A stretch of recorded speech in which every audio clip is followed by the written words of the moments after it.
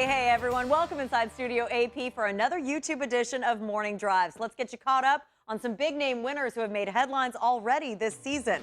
Starting with Rory McIlroy, who picked up another trophy this weekend, the world number 2 winning the WGC HSBC champions in a playoff over Xander Schauffele, the defending champion, thanks to a birdie on the first extra hole. So the victory was Rory's 4th of 2019 and 18th career win on the PGA Tour overall. But moving back to last week, Tiger Woods made history as he picked up a victory at the inaugural playing of the Zozo Championship, the win marking his 82nd career PGA Tour title as he matched Sam Snead's all-time winning record. And Justin Thomas got the PGA Tour's Asian swing off to a strong start last month when he took on the title at the CJ Cup at 9 Bridges. The win was JT's 11th on the PGA Tour, his second CJ Cup victory in 3 years.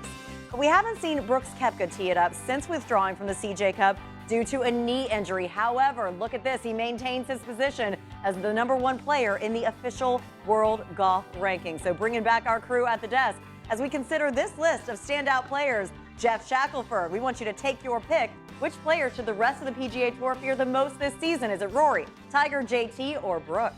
Well, LT, on paper, of course it's Brooks Koepka, but come on. Now, he is a tough guy. He's an honest guy. But there's only one player on the planet Earth who can scare other players with his mere presence, even though he's a lot nicer now and friendlier and jovial, and he's having lunch with no-names in the locker room and all that stuff. But Tiger Woods is the man. And I go back to that moment on the 12th green this year at Augusta when he decided to maybe employ just a tiny bit of gamesmanship.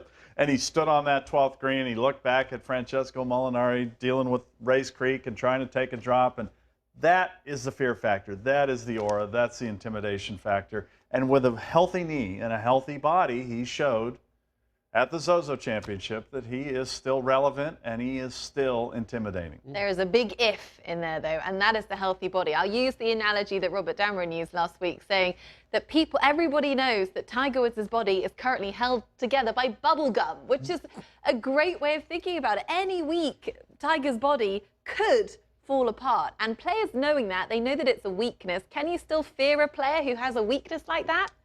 No, I don't think they fear Tiger whatsoever. I think they fear the 12th at Augusta on Sunday. Wow. I think they're in awe of the player that was their hero and is the most famous athlete in the world. But when he intimidated players, he intimidated because they knew he was better than them. These guys today do not know. They know he was better, but I'm saying his game today is not better than a prime Brooks, a prime Rory, or my man, a prime Justin Thomas, who I think when he's on, and he's a little streakier, but when he's on is capable of going lower than anyone, and he's proven it by he holds the all-time scoring record at Sony. He's broken 60. He shot 25 under at Medina, which to me, I'm going to go to my grave and just scratch my head how that happened on that course where I walked and saw almost every shot, and it just isn't possible there, yet he did it. And yet we have evidence, empirical evidence, data of the last year plus. We saw Tiger Woods and Rory McIlroy walking side by side at the Tour Championship, and Rory might as well have been just a part of the gallery following them on 18 to the Tour Championship. We have evidence from Augusta National, as you just cited, that Tiger Woods can still, with his red shirt, with his 82 wins and 15 majors, he can still lean on the field and have them make decisions and make choices that they normally wouldn't make. I think Tiger's intimidation factor is still evident. I think it's underrated. I think we have to realize that the other players, it's one thing to say it. It's another thing to actually experience it. It's not just Tiger himself. It's the gallery. It's the noise. It's the movement. It's the media members that are tracking it. It's everything that goes with being in a Tiger Woods group. I hear you, but I still get the feeling that you're slightly reflecting back on the legacy that's already been built. If you had JT, Rory, Brooks, and Tiger stood on a first tee, would you pick Tiger over all 4 of those guys every time? Not necessarily every time, but I would. But he's the man to fear. It depends on where it is. Yeah. If it's in a major championship, I'll absolutely pick Tiger Woods. I'll put Tiger and Brooks side by side. In fact, I have said that Brooks is the closest thing to Tiger Woods I've seen since Tiger Woods. But you're talking about someone who has 15 majors. Justin has 1 major.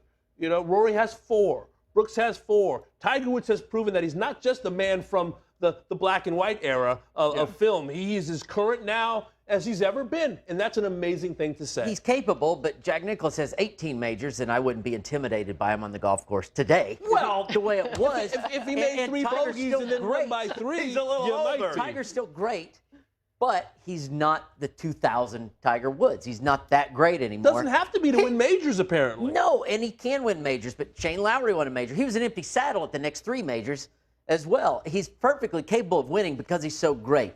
Who is the most intimidating? Who should they fear?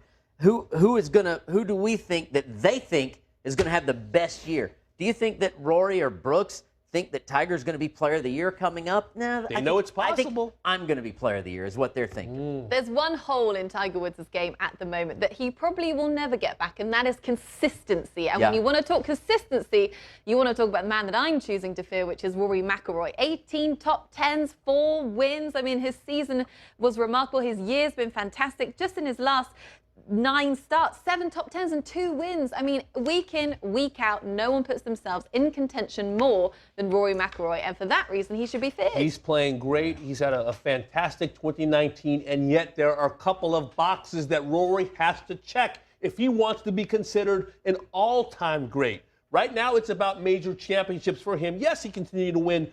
WGC's very important. Players, very important. FedEx Cup, very important. But to get to where he wants to be, to where we thought he would be in 2011 and 12 and 14. It's to start ticking off major championships again. Brooks Koepka is doing it. Tiger Woods is doing it. Rory McIlroy has to get back on that train, I believe, to be a true intimidator in the likes of Tiger and Brooks Koepka. You just mentioned him for the first time there. Brooks Koepka, world number one, the man who throws shade and smacks over across everyone. Why do you think he's not in this conversation, Shaq? Well, we're thinking of the moment right now where he's probably sitting somewhere with a bag of ice on his knee and pondering whether to have surgery. So I think that's the only thing that really is diminishing him right now. Because, like I said, on paper, he is the man to be intimidated by, at least at major championships.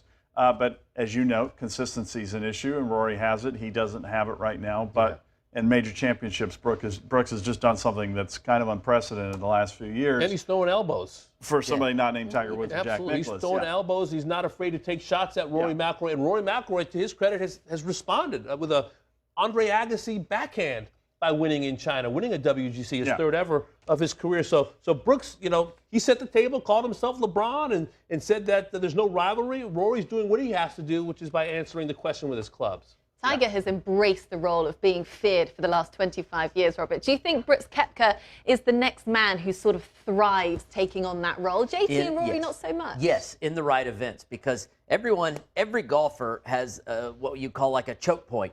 I can play you for $50 and be no problem. We go at $500 and I start shriveling. I think just like Nicklaus, just like Tiger, Brooks does not have a choke point. Everyone else has it below them. So the bigger event, the later it is, the more important it is. It just doesn't faze him all that much. So it's